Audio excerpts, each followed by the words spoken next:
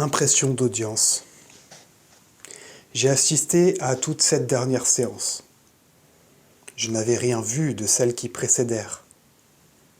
Souvent, les journaux répandent dans le public une impression qui dépasse la réalité. Aujourd'hui, bien au contraire, les sentiments de cette foule dépassaient l'expression qu'en pourrait donner un écrivain. Avant même que la cour fût entrée, chacun avait déjà reconnu ses voisins. Entre gens de même nuance, on se fait de la place, on s'aide à placer ses chapeaux par-dessus parapluie. Les anti-dreyfusistes dominent, ils s'appellent eux-mêmes les Français, par opposition aux étrangers, et se promettent de surveiller leurs adversaires. Ceux-ci, les dreyfusistes, assez nombreux aux places assises, sont des amis personnels de Zola ou de jeunes intellectuels pâles et parfumés, comme les décrit Georges Bonamour, et qu'on appellera dorénavant les Alfred, puis encore des Israélites. On se les montre, on se jure de les surveiller.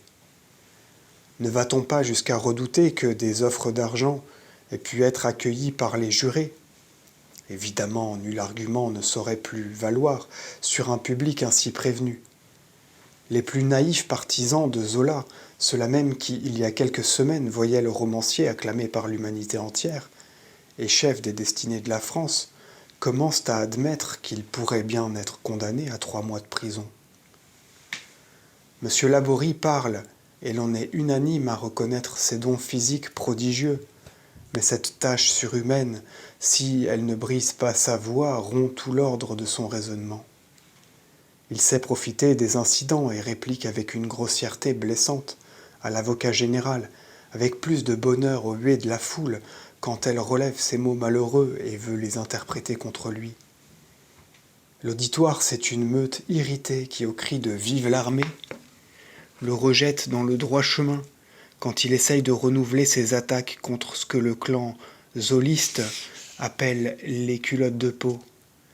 Il s'efforce dès lors de ne blesser personne, mais en même temps, il cesse d'intéresser et comme on ne voit pas son plan général, des conversations privées s'engagent.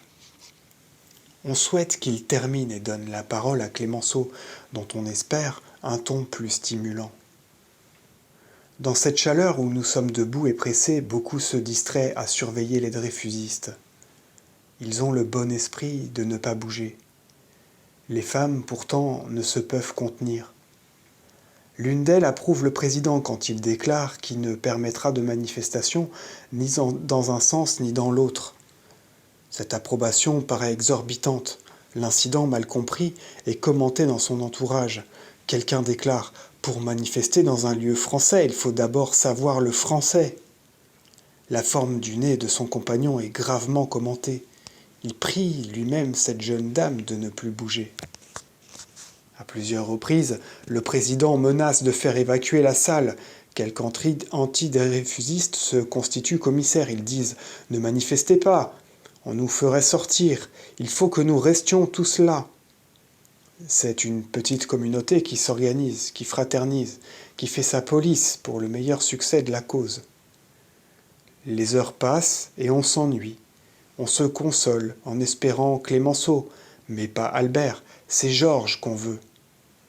Des bruits viennent du dehors, que Déroulède acclamé fait une conférence dans les couloirs, que des masses immenses sont massées autour du palais, que les journaux du soir sont lus à haute voix dans la rue par des hommes de bonne volonté, et que les avocats et leurs clients, s'ils sont acquittés, trouveront une ville debout et décidés à se faire justice. Le soir tombe et apporte ce caractère sinistre auquel chacun est sensible quand on entend à travers les murs une foule enfiévrée. Laborie a fini dans l'indifférence générale. Voici Georges Clémenceau.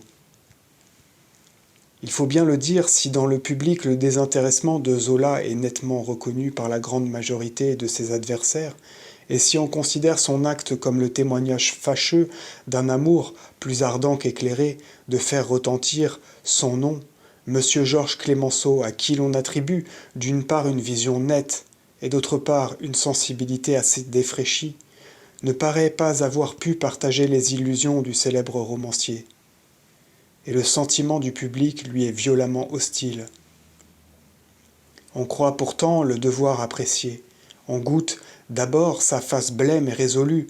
On se félicite de son ton sec qui contraste avec la bonne manière un peu vulgaire, un peu rondouillarde et d'ailleurs plus sympathique de Laborie. Mais elle dure peu, cette admiration, mêlée d'hostilité, et bientôt on se regarde avec stupeur.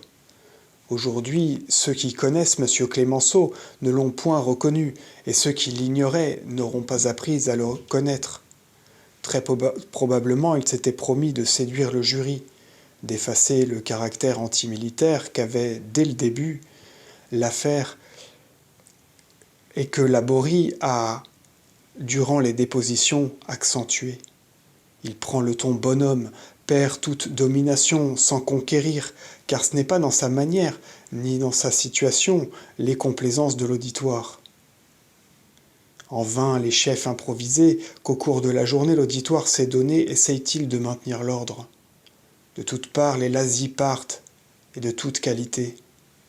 On remarque avec scandale un passionné qui s'est sans doute souvenu d'un des mots à succès de la semaine, à savoir qu'un général avait manqué au débat, le général Cambronne. De quart d'heure en quart d'heure, il se charge, par une interjection lancée à pleine gorge, de suppléer ce fameux guerrier.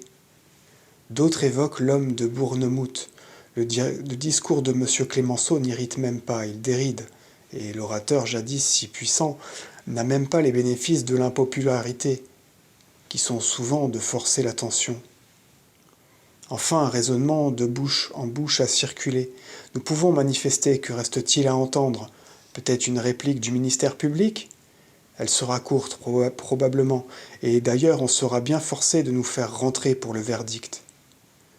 Ainsi, après les paroles de M. Clémenceau, d'immenses rumeurs retentissent.